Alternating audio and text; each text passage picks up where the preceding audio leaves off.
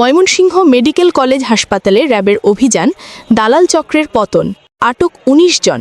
মোহাম্মদ বাবুল, ময়মনসিংহ জেলা প্রতিনিধি। ছবিচিত্র বিস্তারিত।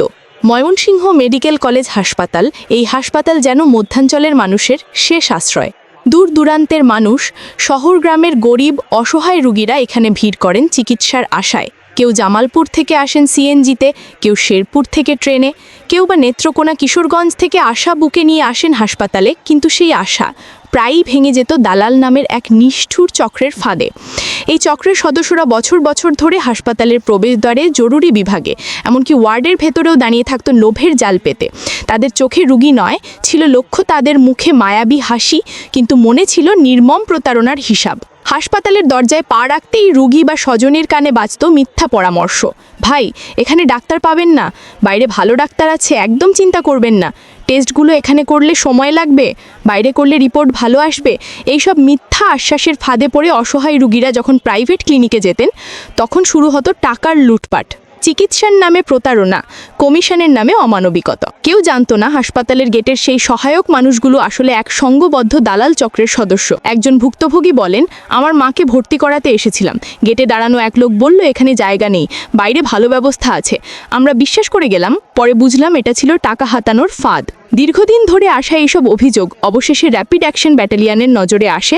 র্যাব ১৪ ময়মনসিংহ ক্যাম্পের একটি বিশেষ দল গোপনে শুরু করে নজরদারি। সাদা পোশাকের সদস্যরা সপ্তাহের পর সপ্তাহ হাসপাতাল এলাকায় অবস্থান নিয়ে পর্যবেক্ষণ চালান। অবশেষে সব প্রমাণ হাতে নিয়ে র্যাব এক বিশেষ অভিযানে নামে।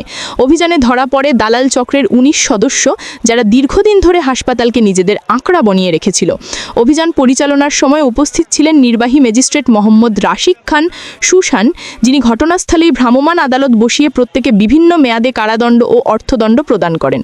র্যাব সদর company commander, squadron leader Shah Mohammad Rashed Rahat জানান, এই চক্রের কেউ হাসপাতালের ভেতরের দালাল, কেউ বাইরের ক্লিনিকের দালাল, কেউ বা রোগী ধরে নেওয়ার মধ্যস্থতাকারী। চিকিৎসার মতো পবিত্র ক্ষেত্রকে যারা ব্যবসায় পরিণত করেছে, তাদের কোনোভাবে ছাড় দেওয়া হবে না। মানুষের জীবন নিয়ে ব্যবসা র্যাব কখনো সহ্য করবে না। অভিযান অব্যাহত থাকবে। এই কথাগুলো যেন প্রতিধ্বনিত হয় হাসপাতালের প্রাচীর জুড়ে, মানুষের চিকিৎসার অধিকারকে রক্ষার এক অঙ্গীকার হিসেবে। র্যাবের হাতে ধরা পড়া ১৯ দালালকে আদালতে হাজির করা হলে নির্বাহী ম্যাজিস্ট্রেট মোহাম্মদ রাশিক খান সুশান তাদের অপরাধের ধরন অনুযায়ী বিভিন্ন মেয়াদে সাজা ও জরিমানা প্রদান করেন। রায়ের খবর ছড়িয়ে পড়তেই হাসপাতাল এলাকায় সাধারণ মানুষের মুখে দেখা যায় স্বস্তির হাসি। এক রোগীর স্বজন বলেন, এখন মনে হচ্ছে সত্যিই প্রশাসন আমাদের পাশে আছে, আগে ভাবতাম কেউ দেখবে না। ময়মনসিংহের নাগরিক সমাজ, চিকিৎসক, সাংবাদিক এবং সাধারণ মানুষ সবাই র্যাবের এই উদ্যোগকে স্বাগত জানিয়েছেন। তাদের দাবি, এই অভিযান যেন একদিনের নয়, বরং নিয়মিত হয়। হাসপাতালে প্রতিটি কোণে নজরদারি বাড়ানো হোক, যেন আর কোনো নিরীহ মানুষ দালালদের হাতে প্রতারিত না হয়। নির্বাহী ম্যাজিস্ট্রেট মোহাম্মদ রাশিক খান সুশান জানান, হাসপাতালে যারা মানুষের দুঃখে ব্যবসা করছিল, তাদের দৌরাত্ম্য আজ থেমেছে। হাসপাতালের পরিবেশ এখন থেকে নিয়মিত নজরদারিতে থাকবে। এরা কখনো রোগীর কান্নায় কাঁদে না, এরা শুধু হিসেব করে একটি অসহায় প্রাণ মানে আরও একটি কমিশন। মানুষের জীবনের দুঃখকেও তারা বানিয়ে ফেলেছে টাকার খেলা।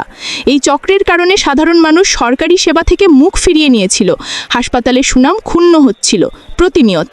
কিন্তু আজ র্যাবের অভিযানে সেই মুখোশ খুলে গেছে। দেখা গেছে মানবতার নামে লুকানো এক গভীর ব্যবসার চেহারা। রোগীর সেবা যেখানে পবিত্র দায়িত্ব, সেখানে প্রতারণা এক গভীর অপরাধ।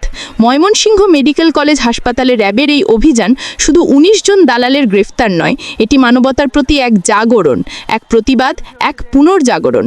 মানুষ এখন আশাবাদী, এই পদক্ষেপই শুরু হোক এক দালাল মুক্ত হাসপাতাল আন্দোলনের, যেখানে থাকবে না প্রতারণা, থাকবে শুধু চিকিৎসা, সেবা আর মানবতার আলো। মানবতার কাছে অপরাধীর কোনো আশ্রয় নেই, সেবার মন্দিরে দালালের কোনো স্থান নেই।